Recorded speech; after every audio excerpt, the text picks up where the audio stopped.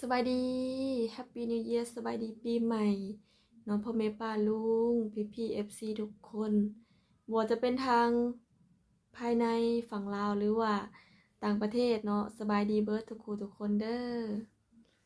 มื้อนี้มาพบกันในตอนดึกทุกคนหาก็แล้วเวียกก็เข้ามาอัดคลิปจักเล็กจักหน่อยเนาะสั้นๆในมือปีใหม่ในมือที่2หรือว่าวันที่2ของปี2026เนาะสบายดีปีใหม่เบิดทุกคนน้องปื้มก็ฮักก็มาอัดคลิปมื้อนี้ทุกคนเพราะว่ามื้อวันที่1วันที่31วันที่1แม่นน้องปื้มได้เมื่อบ้านแม่เพชรเพิ่นมีงานขึ้นบ้านใหม่อยู่เรือนป้าของน้องปื้มก็เลยได้พากันเมื่อ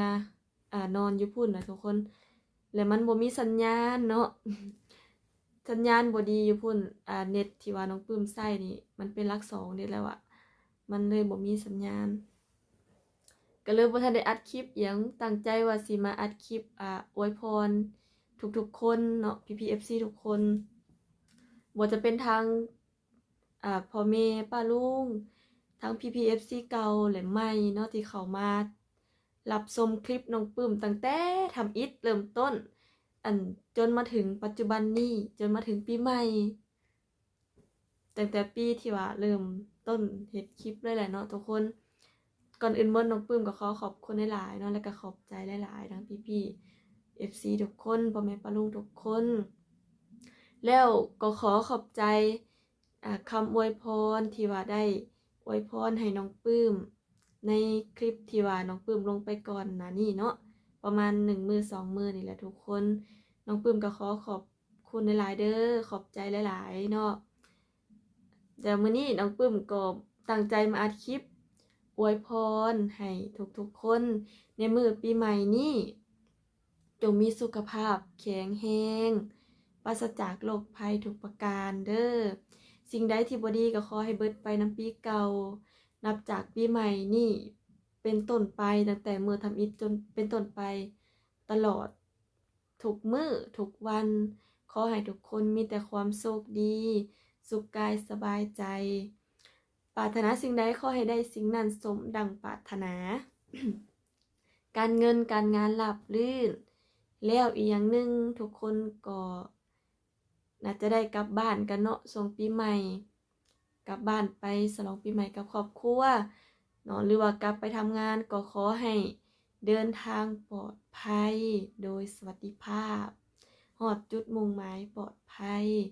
หาเงินหาคำได้ขึ้นเกินเด้อน้องปื้มก็ได้มีแต่คำอวยพรให้ทุกๆคนในปีใหม่เนาะโชคดีในปีใหม่เริ่มต้นตั้งแต่มื้อทำอิฐของปี2026จนไปฮอดท้ายปี2026ให้พบให้เจอแต่สิ่งดีๆพบคนดีเนาะไปไสมาไสก็เจอแต่สิ่งดีๆเข้ามาในชีวิตทุกคนในทุกๆมื้อทุกๆวันเด้อมีความสุขหลายๆสุดท้ายนี้เนาะน้องปื้มกับมีแต่คำอวยพรที่จะมอบให้ทุกๆคนพ่อแม่ป้าลุงพี่ๆ FC ทุกคนเนาะก่อนนอนในมื้อนี้แล้วเวียกแล้วก็ตั้งใจว่ามาอัดคลิปอวยพรให้พี่ๆ FC เพราะว่ามื้อปีใหม่เฮาผัดค่าซะเนาะน้องปื้มก็กลับบ้านจมบ่ได้เข้าไปตอบเม้นต์สัญญาณมันบ่มีเนาะมันบ่ดีแน่ได้จะได้บางช่วงสัญญาณน่ะก็คือโทรศัพท์จะมีข้อความเข้าแต่บางช่วงแหละที่เหลือมันก็บ่มีสัญญาณตกน้องปื้มก็เลยอดเอาไป2มื้อ2วันคืนหนึ่งนะทุกคนขึ้นบ้านใหม่แล้วก็พากันกลับมามื้อวานนี่กลับมาวันที่1ก็เลยได้มาอัดคลิปวันที่2เรื่องเหลือแต่คลิปขึ้นบ้านใหม่น้องปื้มก็จะได้ตัดลงอีกเทื่อหนึ่งเด้อทุกคนเด้อจังได๋ก็ฝากรับชมคลิปของน้องปื้มคือเก่าอย่าเพิ่งลืมน้องปื้มเลยทุกคนเด้อเปิดลงซ่าเนี่ยจักหน่อยหนึ่ง ในสุดท้ายนี้น้องปื้มกับเบิร์ดสำนี่แหละทุกคนสิมาอวยพรให้ PFC ทุกคนสิ่งที่เว้าไปขอให้เป็นจริงทุกประการ ทุกคนปรารถนาสิ่งใดมีเป้าหมายหยังก็ขอให้ประสบผลสำเร็จเด้อส่วนต่อไปนี่น้องปื้มก็จะได้ขอตัวก่อนเนาะขอบคุณหลายๆ PFC ทุกคนถ้าได้เห็นคลิปนี้ขอให้ทุกคนมีความสุขกายสบายใจเดี๋ยวน้องปื้มมาในคลิปหน้าเด้อทุกคนมื้อนี้จะขอพักผ่อนก่อนเนาะพักผ่อนบ่เพียงพอมา2 มื้อแล้วขอบคุณหลายๆเด้อฝากเป็นกำลังใจให้น้องปื้มไปเด้อทุกคนสวัสดีปีใหม่ Happy New Year บ๊ายบาย